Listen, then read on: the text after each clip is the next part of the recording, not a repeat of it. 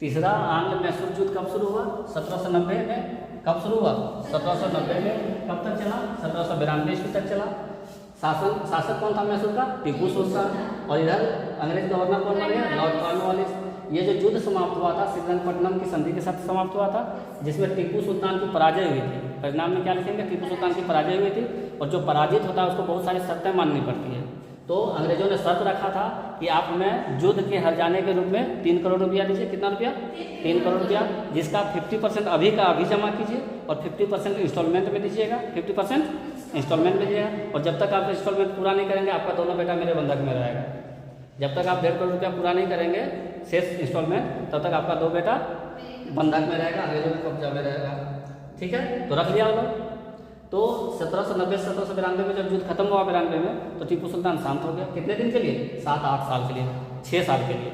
क्यों? क्योंकि अब इसको 1.5 करोड़ रुपया भी देना है, बेटा को वापस भी लेना है। ठीक है, कुछ दिन के लिए ये शांत हो गया। जब ये बंधक से छूट गया तो फिर एक युद्ध होता है 1799 में, क्योंकि इतना शर्त तो कोई स्वतंत्र शासक बर्दाश्त करेगा नहीं, शर्त बर्दाश्त करके रहेगा। फिर 1799 में एक और युद्ध हुआ, चतुर्थ युद्ध टीपू सुल्तान के साथ। किसका? अंग्रेजों का। अंग्रेज का गवर्नर कौन हो गया? Lord Wellesley. Lord Wellesley. और इस समय एक बहुत इंपॉर्टेंट संधि हुई थी, सहायक संधि। वेलेस्ली ने 1798 ईस्वी में ये सहायक संधि लाया था। कब लाया था? 1798 में ये सहायक संधि लाया था। अभी हम इसके बारे में कल बात करेंगे डिटेल से। इस सहायक संधि में कहा गया कि जो राज्य का अपना उत्तराधिकारी नहीं है, अपना राजा रानी का बेटा नहीं है, वो अंग्रेज के खाते में चल जाएगा राज्य, ऑटोमेटिक बाय डिफॉल्ट। दूसरा कि कोई भी राज्य अपनी सेना नहीं रखेगा, कोई भी राज्य अपनी सेना नहीं रखेगा।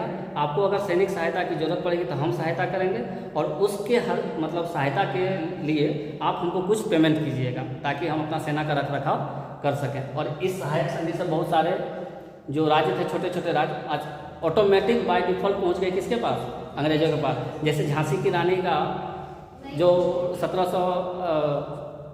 1857 में जो झांसी की रानी थी, उनको शर्त लगाया गया था कि आपका उत्तराधिकारी अपना नहीं है, तो झांसी की रानी को तलवार उठाना पड़ा था, याद है? तो ये जो सहायक संधि था, ये बहुत राज्य ऑटोमेटिक बाय डिफॉल्ट पहुंच गए थे किसके पास? अंग्रेजों के पास। तो ये कल डिटेल से बात करेंगे।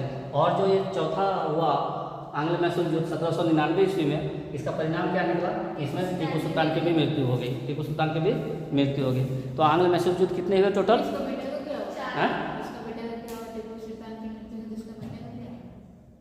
तो बेटा राजा बनेगा बाद में, उसको नहीं, इसको तो छुड़वा लिया था ना बेटा को।